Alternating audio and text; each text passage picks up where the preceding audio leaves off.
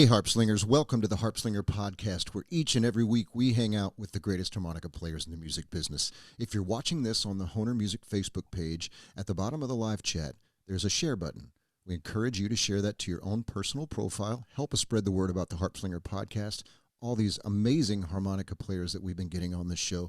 We're really honored to have them all, and we have more on the way. If you're watching this on the Harpslinger YouTube channel, well, similar thing. Hit the subscribe button, ding the bell. That way we can keep you up to breast on everything that's happening here on the channel. And as I say, we have a wonderful slate of artists coming up, including an incredible back catalog of wonderful harmonica players, so you don't want to miss that.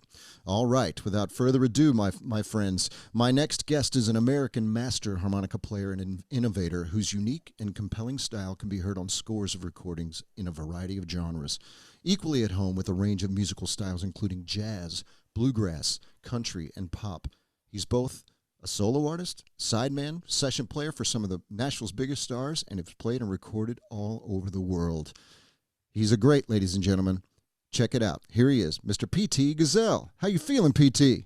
Hey, man, how are you? I'm doing good. It's great to have you on the show. Thank you so much for being a part of it. Thank you. I want to start by saying you potentially have one of the greatest names in the music business. I mean, your name is built. I mean, you could run a 3-ring circus with this name. You could be an actor. You could be almost anything with a name like P.T. Gazell. It's one of the only lucky things that's ever happened to me, man, to have that name. So, yeah. Well, I mean, you've had just a phenomenal career, and it all sort of began for you in a little small town in, just outside of Milwaukee, Wisconsin, right? Right. Yeah, a little town called Oconomowoc. Oconomowoc. And everybody up in that area just refers to it as 5 O's because the name literally has 5 O's in it. 5, like every other letter is an O in the name of the city. So. I think it's probably a suburb of Milwaukee by now. I mean, back then it was just outside of what was considered the suburbs of Milwaukee, but I'm sure it's, I'm sure it's grown enough now where it isn't any longer. So. Right. Well, you were within striking distance even then, and there was a lot of great music even then going through the Milwaukee area. And, I mean, that's not very far from Chicago either, so a lot of harmonica stuff I can imagine would have been going on back then. Exposed very early on to, it was a regular stop. It was a regular stop for all the, all the touring blues acts, 90 miles from Chicago. So, they were there. I got to see some great acts, man. That's fantastic. Well, what was the inspiration for you to pick up a harmonica? Probably 2 things. Number one is first, I was amazed at watching guys like James Cotton and Charlie Musselwhite and even Paul Butterfield. I mean, I can remember even seeing him, and I had to sneak into the club because I was underage, to go see him. Just amazed that there were guys that had something that I couldn't see and were making tremendous amounts of really cool music come out of it. And it was like a magic trick, I mean, it was, so I was intrigued by that. And then as I started to play with the instrument, I had fallen in with a bunch of people that were really into folk music and bluegrass. And about the same time, I also discovered Charlie McCoy, and I went, well, there's what I want to do. I want to be able to play melodically on this instrument, and so it kind of took off from there. So it's really amazing how many people all of the names you mentioned have inspired, but Charlie is one that comes up every time I speak with a harmonica player. Yeah, I mean he, God bless him, man. He's 80 years old, and I swear, Jamie, he hasn't lost a thing. I mean, playing. I mean, I listen to him play, and I just go, I hope 12 years from now, if I'm still on the planet and I'm 80 years old, that I'm able to do that. Yeah. So. Well, yeah. I mean, he's. You're right. I had him on the show a month or 2 ago, and he, man, he laid some stuff down that I was just like I was pretty floored. It's pretty spectacular. Yeah, I mean, Charlie and I have known each other since '77 when I started coming to Nashville, and in the last 5 or 6, 7, 10 years, we've been going to hockey games together, because we're both hockey enthusiasts. Yeah. And every once in a while, he'll pull out a story, that I hadn't heard. And I'll go, really? Yeah. You did that too? It's funny. There's not a portion of the music business that I don't think he touched at one point. It doesn't seem like it. Yeah, I know. Doesn't seem like it. Well, back to your journey, okay. From a small town, Wisconsin. Yeah. You're into folk and some blues, admittedly, right? A little bit of blues, but mostly bluegrass and folk and country at that time. Yeah. And you decided to sort of pick up and move to Lexington, Kentucky. And how did that come about? And what was the precipitous for that particular town? Well, it was kind of born out of the fact that some of the guys that I was playing bluegrass with had started to journey down south to go to bluegrass festivals because they wanted to really be immersed in the authentic places where the music was originating, where it originated from, and the players, the guys that were really doing it, Yeah. And so I started to tag along and go down to these, like around 74 and 75, around in there, to go down to Southern Indiana to Bill Monroe's festival down there. And I, just being young, man, being 20 years old or however old I was, fearless, yeah, stupid and fearless, and would just jump in with any jam I heard. Because I had already gotten to the point where I wasn't playing. I was playing fast. I could play fast and clean, and I figured that's all you needed to do to play bluegrass. Well, of course, I got a big slap in the face early on after going to some of these festivals. But I fell in with, I happened to jam with some guys from Southern Indiana called the Moore Brothers. And it's just a bluegrass band, but they were pretty good. I mean, they're a pretty good band. And they invited me to come down. They were going to play at another festival that was going to be recorded for an album. Yeah. With a bunch of different groups. The festival was going to be recorded as a keepsake, right? And so I went down and I played the festival with them. And while I was there, the guy that was doing the recording kind of came up to me and said, was asking about who I was and where I was from and everything. And he said, well, man, there's an awful lot of good bluegrass going on in Lexington. I run the recording studio there. And he said, Jerry Douglas lives there, and Ricky Skaggs lives there, and Mark Schatz lives there, and Bela Fleck is hanging out there. And, wow.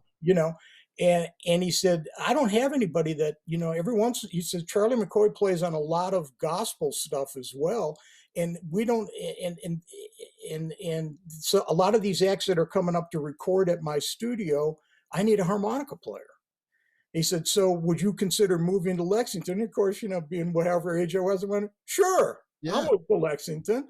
I said, but if I come down there, I said, I want to be able to, I want to make an LP. I want to make a record. And he said, fine, I'll give you the studio time. And because he says, I think I have a guy that I can sell it to.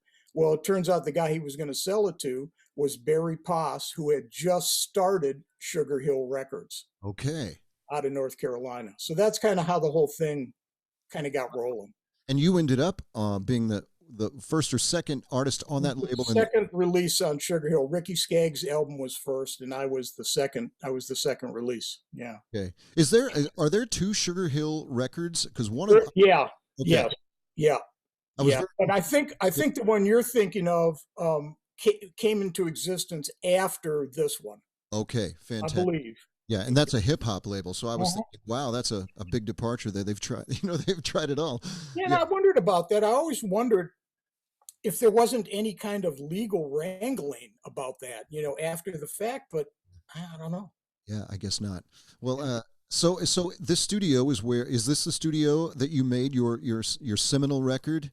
Yep. Which was an amazing, Pace Yourself, an amazing record. By the way, some incredible artwork on there. You look great on that record, man. You look like a rock and roller. I love it. This has changed to white and it's about 6 inches shorter than that picture, right? Yeah, Yeah. yeah.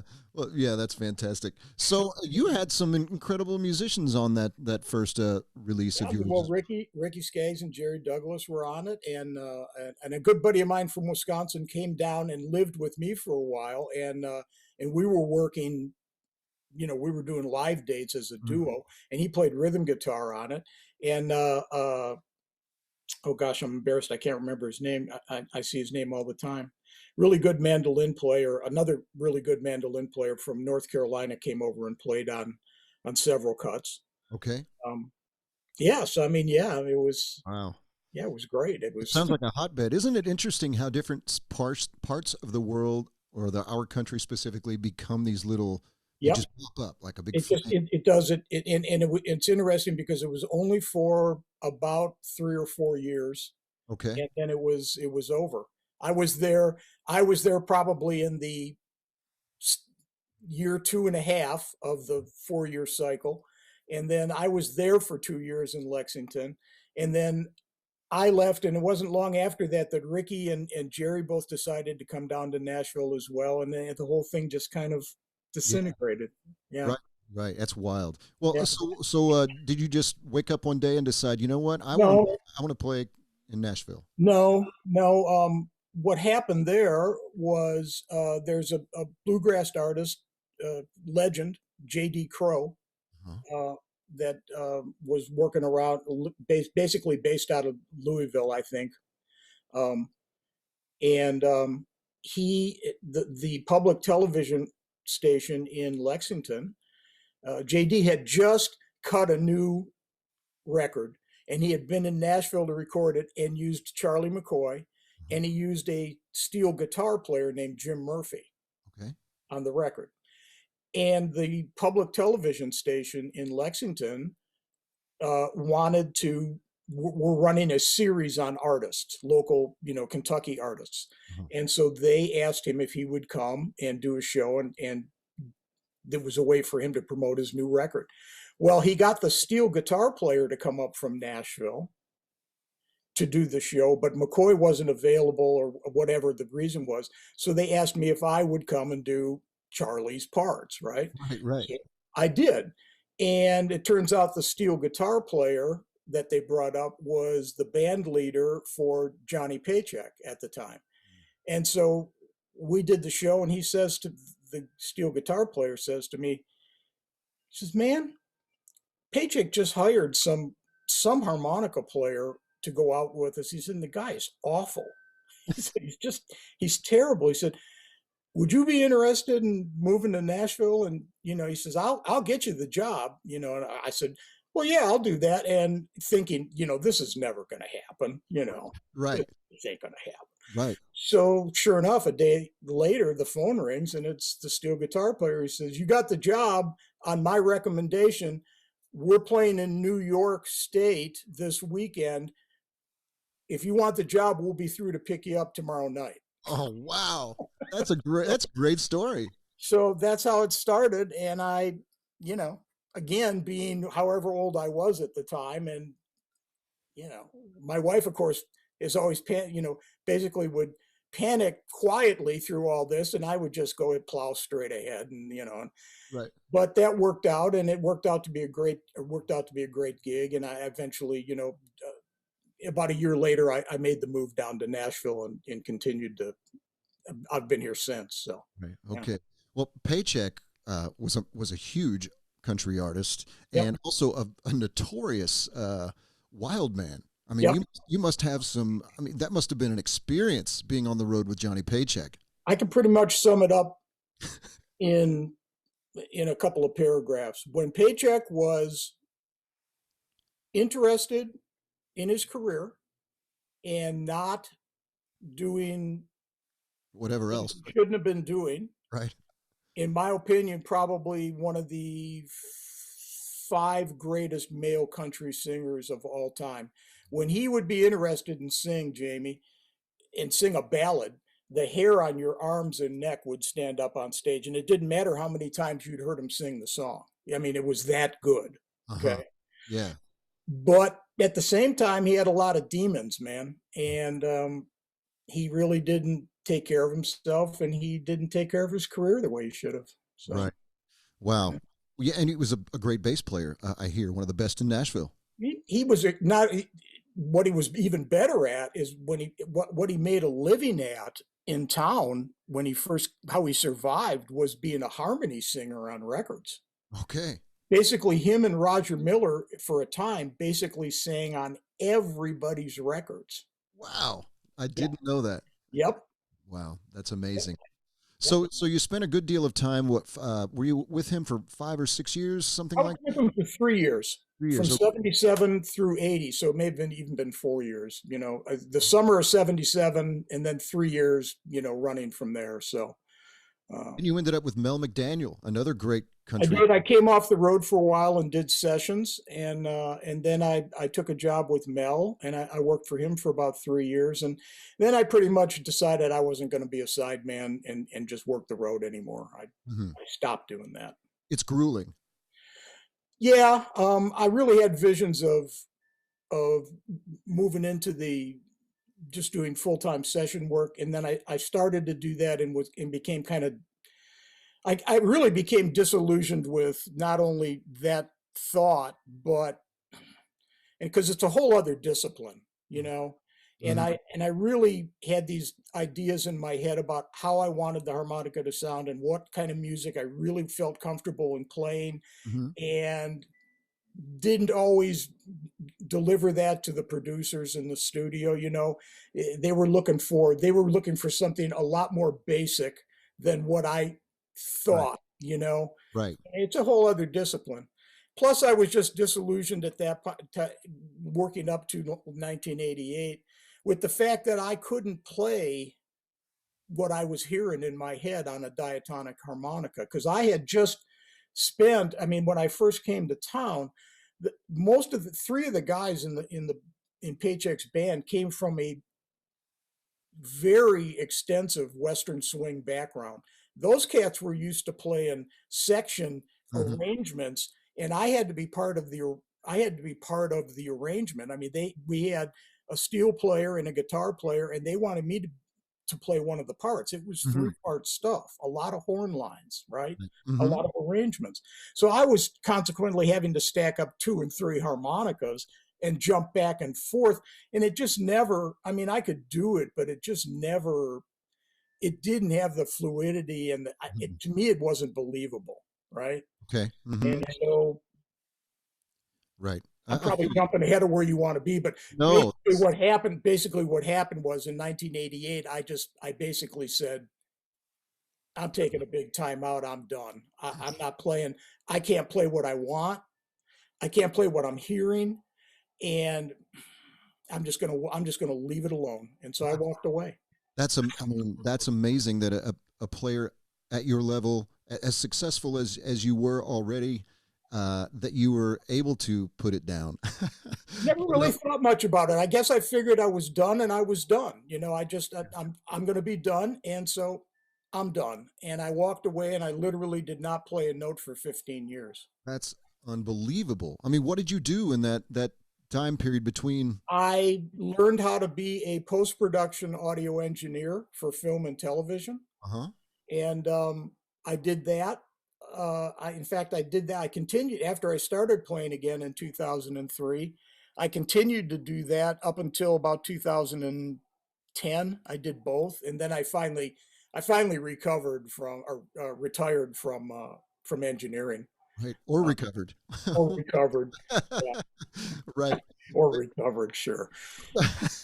So, in that 15 years, some things changed with harmonica and the players that were playing them. I mean, Howard Levy, I came out at that point and really all guns with the overblows. Yep. And so I know we're going to lead into your valved instruments, but why didn't you just say, oh, there's another way I can do this here. I can do this with overblows, or why didn't you say, I want to pick up the chromatic?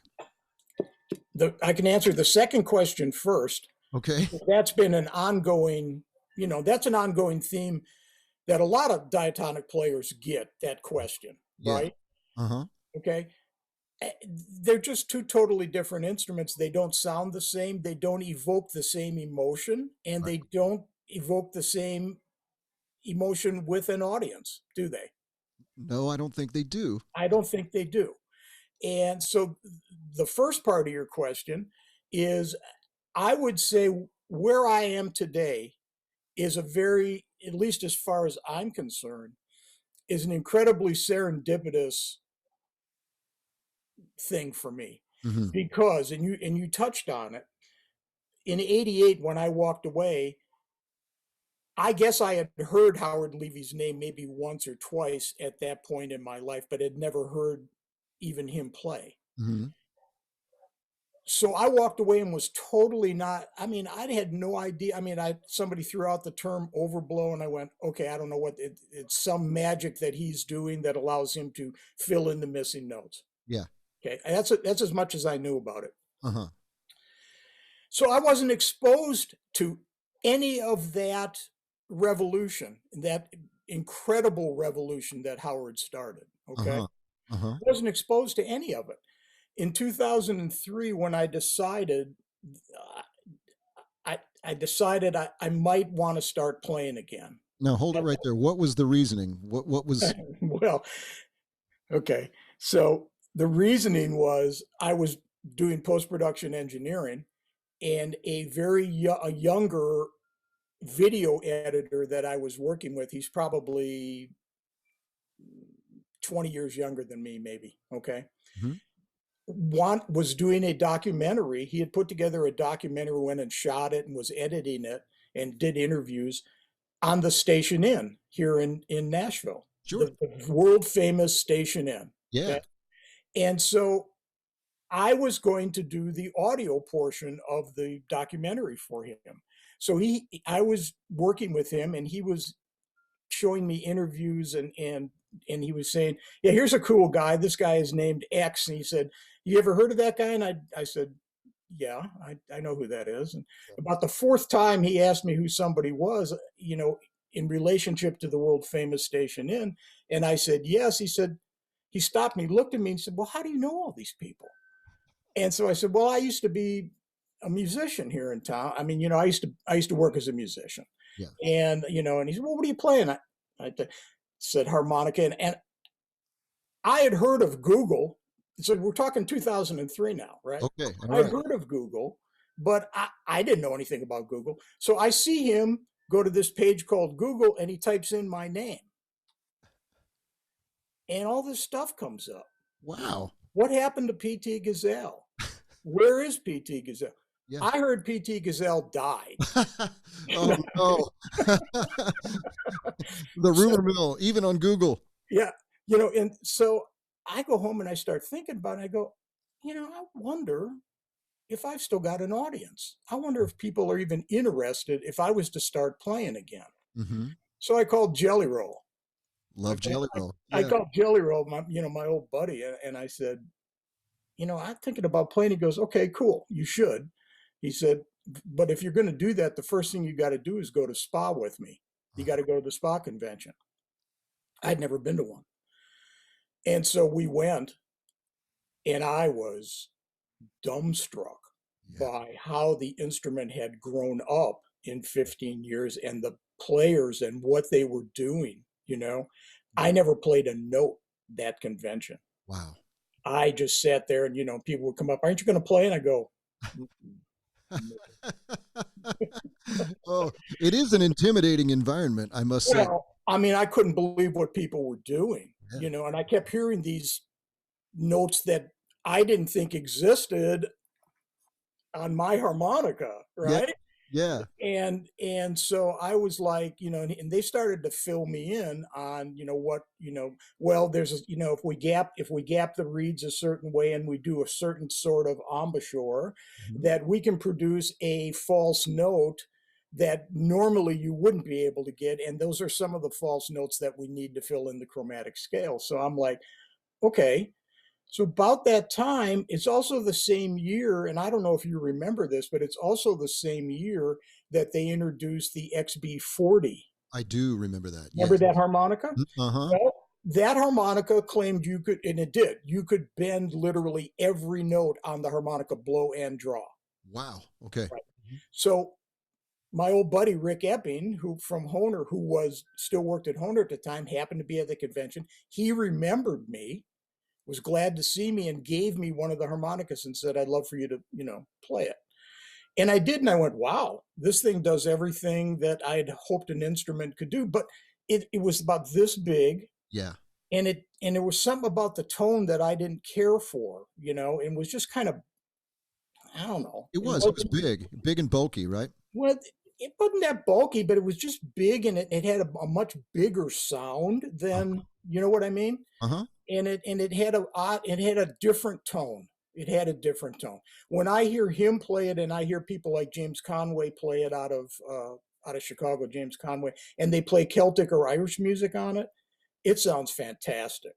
Mm-hmm. But for what I was trying to do, no. So I came home, and this is the weirdest part of the story. I'm sitting at home going, well, maybe playing is not such a great, maybe me starting to play again is not such a great idea.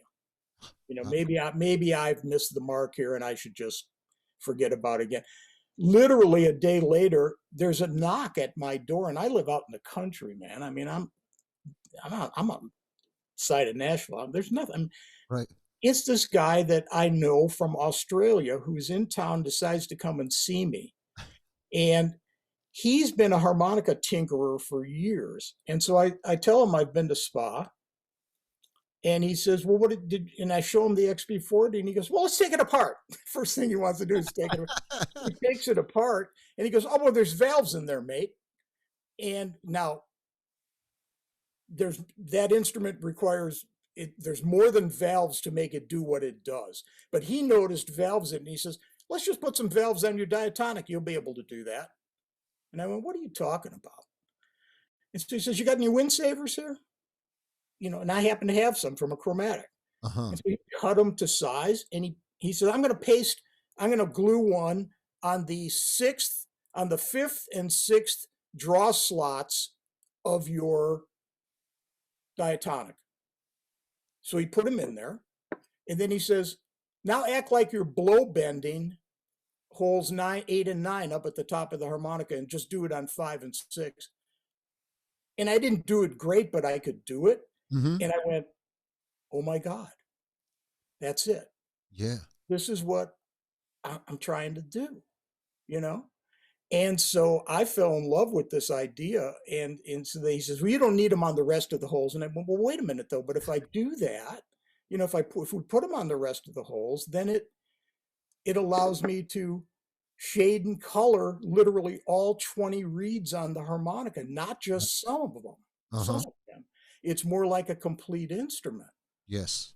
So I fall in love with this, and I practice for literally, Jamie, for a whole year. I do nothing but play valve diatonic for a whole year. Yeah. I drove my wife crazy. Of course, yeah. And I go back to Spa, and I'm playing valve harmonica. But I find, and so then somebody says, well, how come you're not overblowing? I get, well, I don't know. This just seems easier to me. And they said, well, hold on a second. And so they hand me a harmonica that's been set up for overblows. Uh-huh. Okay. And they go, now go to hole 6, and I said, well, I don't know what to do. I said, I'm going to act like I'm going to blow bend on my valve harmonica. And I hit an overblow. And I go, oh, I see. I get it now. I see what you guys are talking about. I said, that's not the note I want. And they go, what are you talking about? And I said, well, that makes the note go up in pitch. Yeah. I said, I want the note to go down. And this is because I've missed the whole 15 years of Howard Levy and overblowing. Yeah. I mean, to me, I just always wanted to be able to go, right? Uh-huh. I want to be able to blow bend those notes down. Yeah. Everything we play on the harmonica, when we bend notes, everything flats on a Richter tuned harmonica. Right. Yeah. It just made more sense to me. It does make, it's more, what's the word? Intuitive. It is for me. Yeah. It was for me. Right. Right. I hate to say it, maybe you needed to take that 15 years so Well, I this think I discovery did. could happen, you know? I mean, I think I did. Well, I mean, putting valves in a diatonic is not the old vaudeville guys Uh-huh. like Bernie Bray and can't think of his name right now. But they would, those guys could play just about any harmonica. You hand them a harmonica, they could play it. Yeah. Well, they would stick one valve like on hole 6 so that they could blow bend down and get the major 7th. Yeah. Okay. Uh-huh. And it was like a big trick, but a real big secret. Back then, anything about harmonica was a closely guarded secret, right? Totally. Yeah. Totally. And so he would do that. And, of course, the other harmonica players, that were on go, how is he doing that? And Yeah. so the idea of they understood the physics of it back then. Uh-huh. Fast forward, and then I come to find out, one thing I should mention, fast forward to this whole 2003, 2004 time period, I then come to find out that Suzuki actually makes a valved diatonic harmonica that Brendan Power he came up with the idea of putting it on 1 through 6 and 7 through 10. Okay. Uh-huh. He came up with the idea.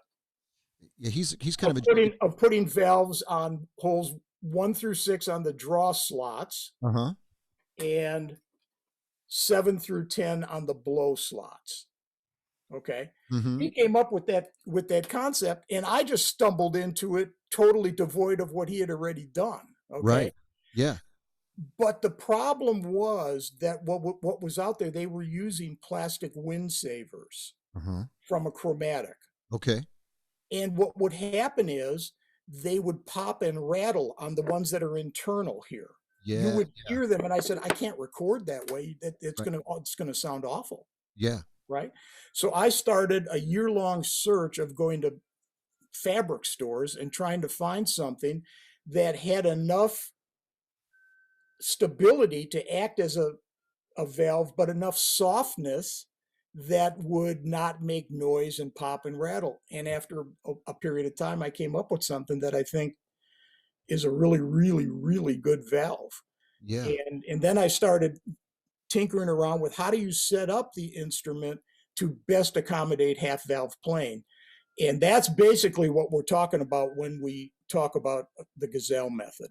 Mm-hmm. Okay. Okay. It is the valves, the valves that I use, and how I set the instrument up, and basically how I use a more forward embouchure to play half valved. Okay. All right. Man, so, you mentioned Brendan Power a second ago. You guys actually ended up doing a record together. We did. Back to back, an incredible record, I might add. I mean, I can only imagine the energy in the room when you have two players of your caliber going back and forth. It's like it's almost like a prize fight, except you're not fighting each other. It's this thing you're doing together, but it's like, wow. It was a lot of fun, man. He's such a great musician, number one. And then number two, he's this incredible wizard, with harmonicas.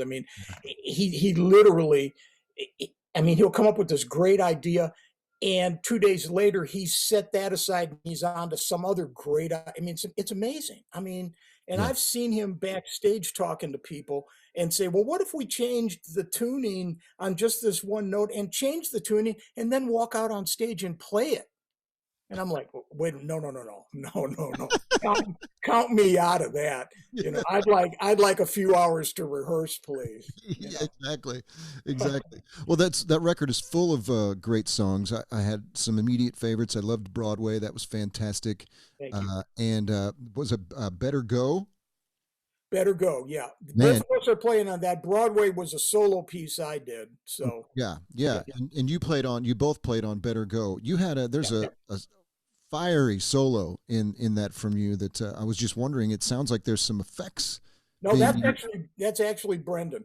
Oh, okay. That's actually Brendan playing half valve chromatic, and he ran it through a bunch of effects. He did. Okay. Yeah, it's a great solo. It's fantastic. Well, you guys were both just burning it up on that. It's amazing that I guess in my bit of naivety about this valved instrument and I'm not a chromatic player. I just play diatonic, Right. but they don't sound alike.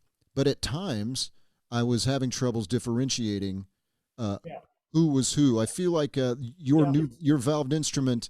Uh, uh, it's not. I wouldn't say it's in the middle of being a chromatic or a diatonic tone wise, but somewhere there's a little bit of that tone in there, which I happen to really. That was appealing to me. I was Yeah. thinking, wow, that's really beautiful. It clearly, half valving a diatonic clearly changes the tone of the instrument. Okay, Hmm. it clearly does. It makes the instrument feel more compressed and Hmm. a little more airtight, which Hmm. I like Yep, for melody playing.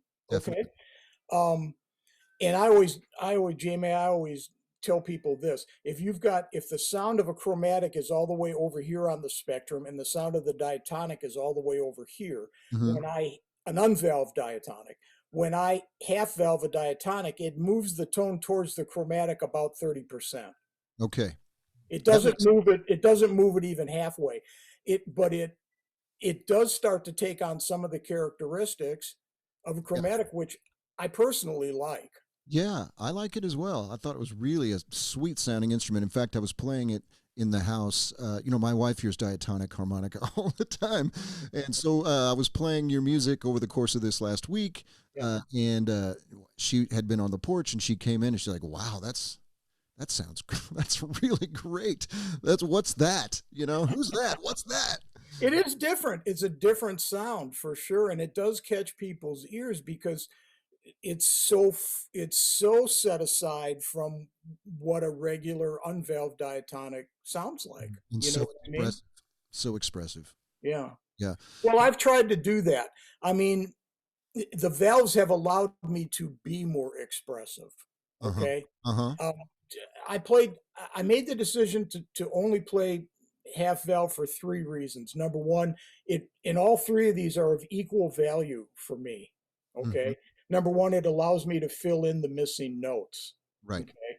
Number two, as we talked about, it's intuitive. Even all the extra notes I get, I still flat the note. I don't pop them up. I could never get my head around having to go down a hole and pop the note up in an overblow. I just don't think that way. Yeah. And number three, and this one may even be the biggest reason I play, is because of all the shading that I'm able to get on any note on the instrument. Hmm. What do people like about the diatonic, man? What do we all learn to bend first? It's hold four draw. That's the one we Yeah. all right, and that's what people respond to on a diatonic harmonica. I mean, you're singing, man. That's It, right. it's emotive, right? Well, I can do that on all 20 notes. I can switch to the four blow and do that. Wow. Right? Okay. Yeah. I mean, so that's the thing. So now you start to Uh huh. shade notes.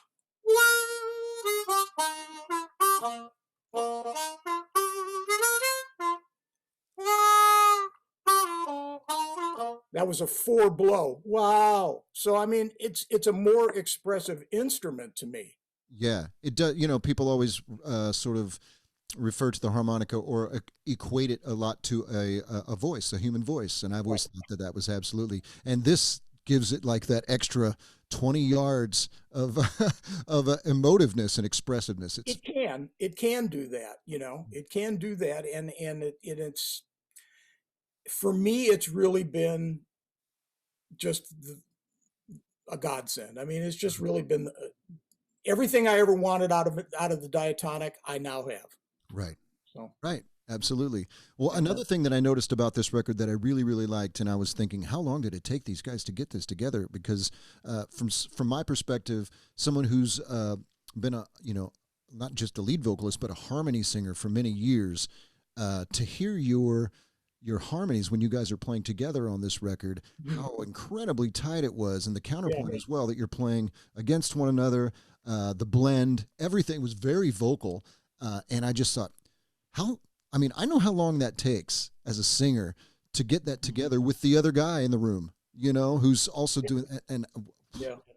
I mean, what was that process, the pre-production process for you guys like Well, on the this? pre-production process was all done with him in the UK and me here, when we just would trade files and trade ideas and Okay. send ideas and everything, and then we worked out. You know, I, we would make the decision on "Windy and Warm," for instance, that tune, um, or better than that, "Better Go." Let's talk about "Better Go." Okay. So I said, I had this idea about "Better Go" that we should play it in unison, but we should play it an octave apart. So now we need to, and so I said, where I'm playing it, you actually need to play it above me if you can, Brendan. And he went, yeah, I think it'll lay pretty well there. So that was kind of the process. On like Honeysuckle Rose, it was more, since Brendan kind of brought that tune to the table, I said, okay, cool.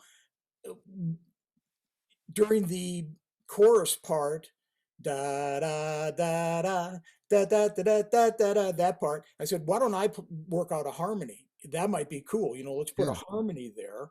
And so, I mean, it was that kind of process. Nice. Yeah. It's a beautiful record you guys put together, and you, so you've, I want to maybe take just one step back Okay. note that we're talking about almost two different careers for you as a player. I mean, you started in the Totally. bluegrass country thing, inspired by Charlie McCoy. Right. And I mean, we've all listened to your music at that, and it's like on a whole other level. It's amazing. How does one make, a lot of those licks will still work, but for this new sort of avenue that you chose to take with more Right. jazz and standards, Right. that's a different style. Yeah. But I mean, were you always into jazz because you play Yeah. like you've I, only I was, I was, when I was growing up, my father listened to a lot of Billie Holiday and Benny Goodman and Eartha Kitt Yeah, and sure. people like that. So, I mean, I heard it early on, and we used to go to one of my aunt's houses on Sunday, and her husband was really into Frank Sinatra. He always had the latest Sinatra release, and he had a hi-fi, Uh-huh. right? And it sounded good. You know what I mean, for Oh, its era. So I was always very taken with that, with all that kind of music. And then working in the Paycheck Band, the Western swing stuff, borders on it jazz, right? it ordered it does, because it's you have to be able to play melodically at times, and you have to be able to play harmonies at times. You know what I mean? Hmm. So Hmm. there was all that, and I think I always really just thought that the instrument could be a solo instrument, a la the clarinet or trumpet. That's how I always kind of heard it, the direction I wanted to go. I would listen to clarinet players play, and I would hear trumpet players do some stuff. People like Sweets Edison on trumpet, who was very bluesy and very melodic. He had very cool ideas, Uh-huh. and I always thought, man, that stuff seems like it would lay good on Yeah, on a diatonic, but I never had all the notes to work with. right. And when I finally stumbled upon this epiphany for me, I just jumped headlong. I mean, I basically stopped listening to harmonica players and harmonica music, I and was I going just to ask you. totally immersed myself in jazz. Mhm. Now, if you go back and listen to 2005, "Swingin' Easy, Hitting Hard," my Mhm. first release after I decided to start playing again, you're hearing a guy that's playing half valve over jazz changes or swing changes, but they sound kind of, the licks even sound kind of country yet. A little Okay, bit. Yeah. Okay. Uh-huh. because I still hadn't quite got the genre. I mean, I wasn't used to playing. I had to learn it. I had to learn how those players would approach those changes and the ideas that they were using to work against the bass line and the chord structure, Right. and then try and learn that myself. And learn the chord, the patterns. In blues we got 1 4 5, right? Right. Basically, or some combination of that. Sure. And country is not, country a lot of times will be 1 4 5 or some other combination, and throw a two in there a lot of times. Uh-huh. Um, So with jazz, a lot of times there's a lot more changes, and the structure is different. A lot of times it's AABA rather Mm-hmm. than, ABC or Yeah. ABA. So I had to kind of tune into all that and try and learn how to play inside that genre. Yeah. And even think like, yeah, that's amazing. Yeah. Think about anticipate what kind of changes are going to be That's coming. right. Yeah. Yeah. That's amazing. You should bring that up because that's one of the first things that, I think at every harmonica player's journey, at some point, they want to try playing some other things besides blues and country, which Yeah. I love those things. And I, those are what got me into the harp. But, you Sure. start playing other things and all of a sudden it becomes pretty evident pretty quickly that your brain, your muscle memory, all of those things are going to keep pushing you to these other I have, I things. have, I've got 3 longtime students that are want to learn how to do what I'm doing. Uh-huh. And they are very dedicated. And it took them a long time to shed what they were comfortable doing and move into something else. It's not an easy thing to do. I don't Yeah. think, I think just bending notes on a harmonica, Jamie, I consider that to be an advanced technique. Mm-hmm. Okay. I consider people that overblow the harmonica well and what I'm doing, I consider that a whole other level on top of that. Yes. It's not easy. I don't think overblowing is easier than half valve playing, and I don't think half valve playing is easier than overblow playing. I Really? think they're both equally difficult to do and do them well. Uh-huh. Okay. Right. When I hear Howard play or I hear Jason Ricci play, Sure. and they're using overblows like crazy, they sound good. Yeah, they do. They sound good. They sound like legitimate. It ought to be on the instrument, right? Yeah. And then you can go to spa and hear people that are trying to play overblows, and you want to run out of the room, man. Because I mean, it just doesn't. They're not. It's not. They haven't reached that level yet. Sure. And the same is true with this. This has its own challenges Yeah. with valving. So Absolutely. yeah. Let's, I'm sort of jumping around in your discography, but one of the albums that stood out to me was 2 Days Out, Okay.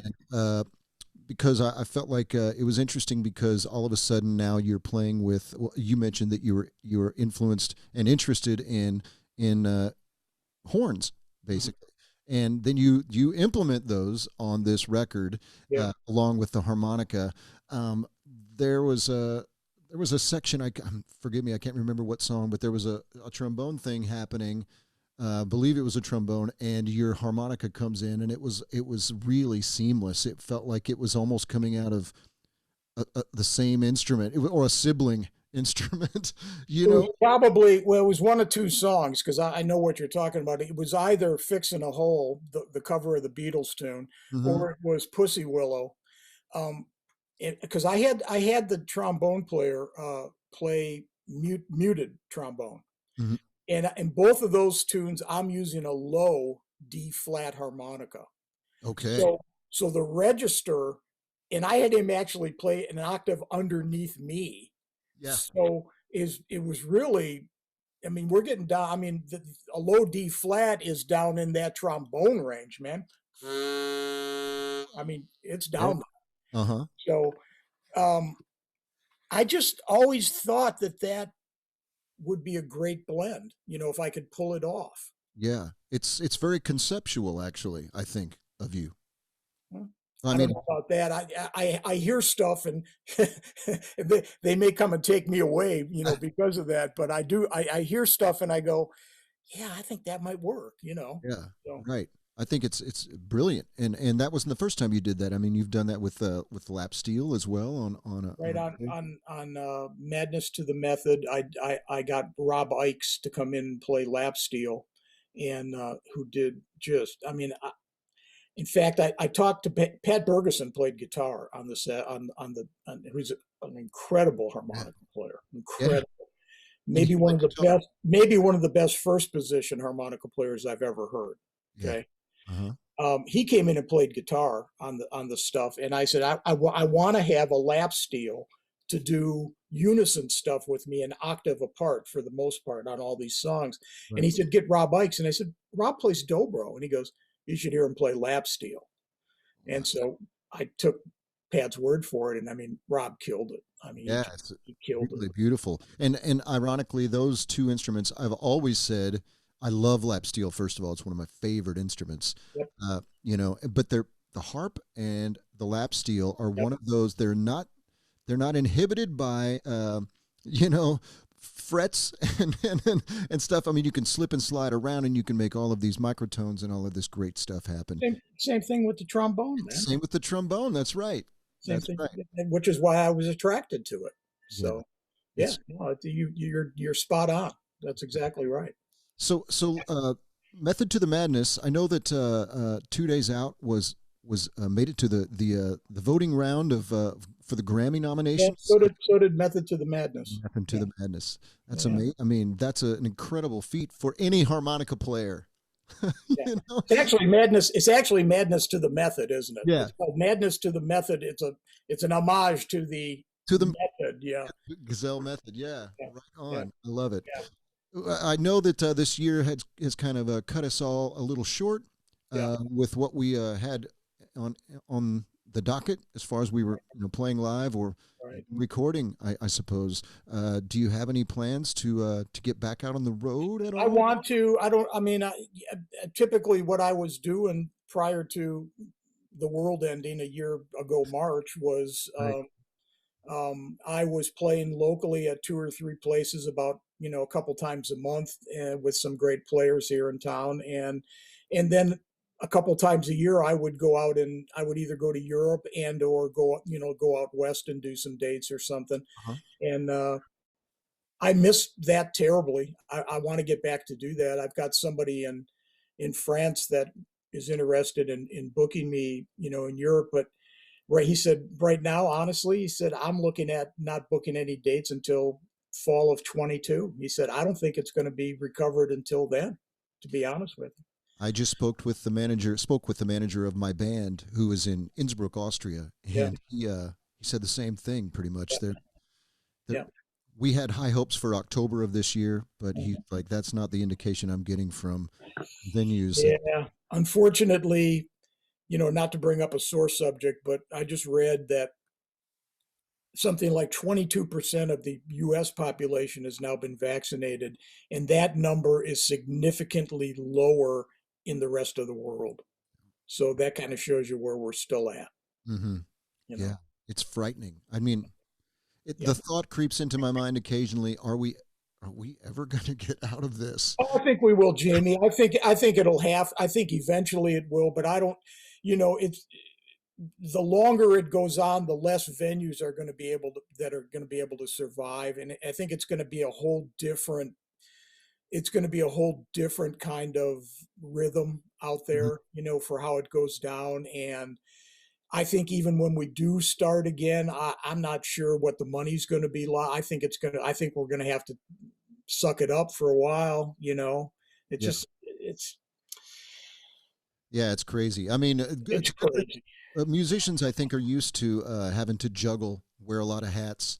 Sure. So what's new? Maybe that won't change for a while. I mean, eventually, this will not be in the conversation. And what will people be looking for? They'll be looking for entertainment. It'll come back. It's just I don't know when anymore. I'm not sure. I'm not either. I've guessed and I've been wrong every time. So. I mean, I'm doing online sessions here at the house for people, and I still give lessons, and I still sell harmonicas, and I miss playing out. I mean, I'd be lying if I said I wasn't. I mean, I miss playing out. So yeah, I thought for the first few months, like, this is actually pretty cool. Right. But we'll be back to work here in a couple of weeks. Yeah. But then now I'm not there anymore. I'm getting depressed here. I gotta be doing something with my music. It's been nuts. But it gets old sitting and playing to the computer, doesn't it? Yeah, it really does. Absolutely. Thank God I've had this podcast as an outlet. I mean, I've been able to reach out and get to know so many wonderful harmonica players. And thank you for doing it, man, because I mean, I've watched quite a few of these, and I saw the one with Rachel the other day. She's phenomenal, right? She's phenomenal. I'm not sure how to pronounce her last name. I'm sure if I said it, I'd say it wrong. I So, believe it's Plaz. so it is just the way it looks. I think so. Yeah, she's interesting. She's an interesting player. I think. Yeah. Yeah. She's, it's speaking of interesting, it's always interesting to me to look at that people that are really successful, are really quality, they're good at something, they've got a lot of talent.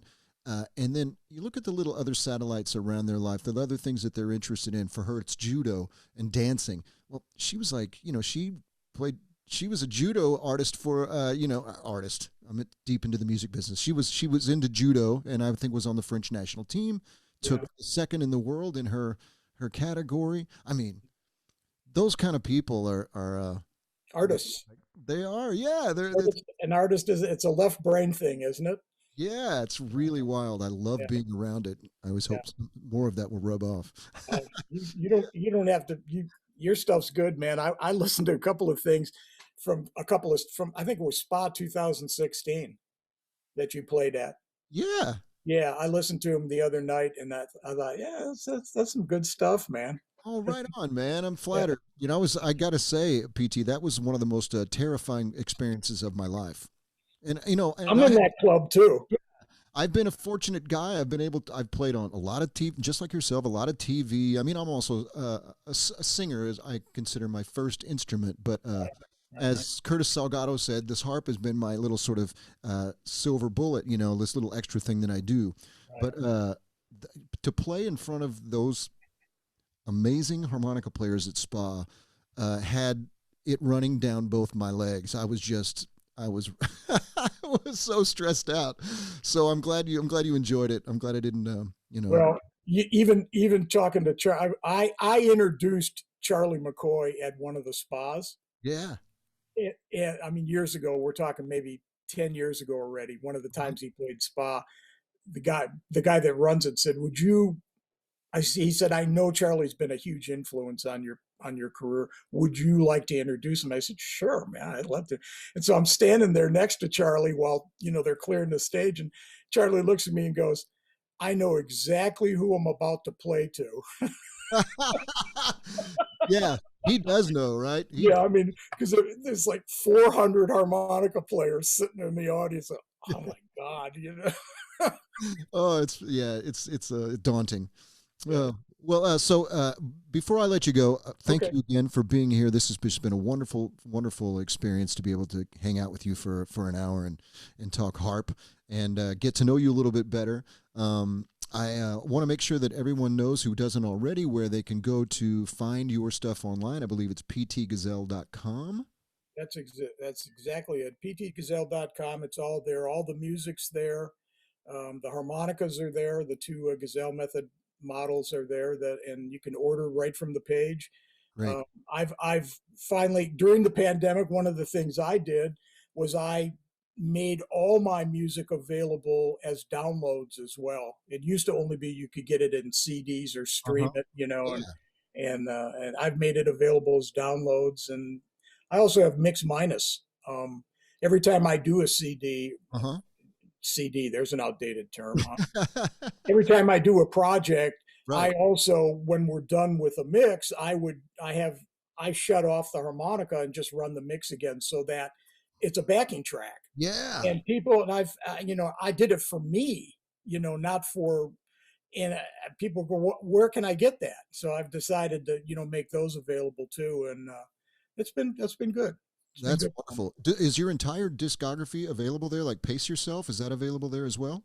It is. You can Pace Yourself, unfortunately, is the only one that doesn't have mix minus, because we're talking 70, 77. Right. I mean, it was cut on a 2-inch 8-track. On the good stuff. It was cut on a 2-inch 8-track, and we didn't think about any of that stuff then. So, Yeah, right. Well, they're all phenomenal records. I forgot one to mention, which was the Loft Sessions. Oh, yeah. That's the latest one. Yeah. Latest record. I'm proud of that one, too. It was very unusual. It was just 3 of us, and I really like the intimacy of that project. I really like the way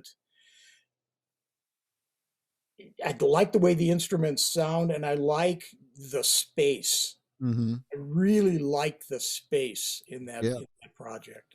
So, PT, I noticed you've sung a little bit on your record, on a couple Yeah. of records, and I, I I mean, you have the heart and soul of a vocalist, I believe. When I listen to you play, you sound I, you're like a And one, Sarah Vaughan, or like I mean, you're like you're like I a can, vocalist. I'm blessed with a good ear for pitch. Hmm. Okay. At one time when I was singing a lot back working the road, I mean, in order to get a job as just a harmonica player, I also had to like play some percussion and sing harmony, Yeah. right? So I kind of made myself into a decent harmony singer. Uh-huh. Um, Nowadays, at a show, I might sing 4 tunes a night, but I pick my spots. I don't have a big range, and Hmm. I don't. It has to be a song that I can pull off, or I just Yeah. I'm not a singer like you, man. I mean, you sing. I You're a I singer. do, but I have those same limitations that every singer does. You know, we have to be a bit of an A&R person to be realistic about what we're going to be able to sell. Right. Uh, Yeah, and that's it. When I'm playing, I want the audience to be entertained. I'm not trying to do a parlor trick here, and I'm not trying to, do something I shouldn't be doing, you right, know. right. I So, hear you. I hear you. Well, yeah. PT, this has been a great pleasure. Again, thank you so much for being on the Harpslinger Thank you, podcast. man. If ever there was a harpslinger, my friend, you are one. My gosh. Oh, Yeah. well, thank you. Yeah, you got it. Jamie, thank you so much. Thanks for doing the podcast and thanks for having me on. This has been a nice afternoon for me. Me too, man. Thank you so much. I appreciate it. Peace and love to you. And we must do this again sometime because, frankly, there's a lot of stuff that we could still talk about. There's a I lot of think stuff. so too. Yeah. All All right. right. Well, have a great day, my friend, and we'll see you around. See you. Take care.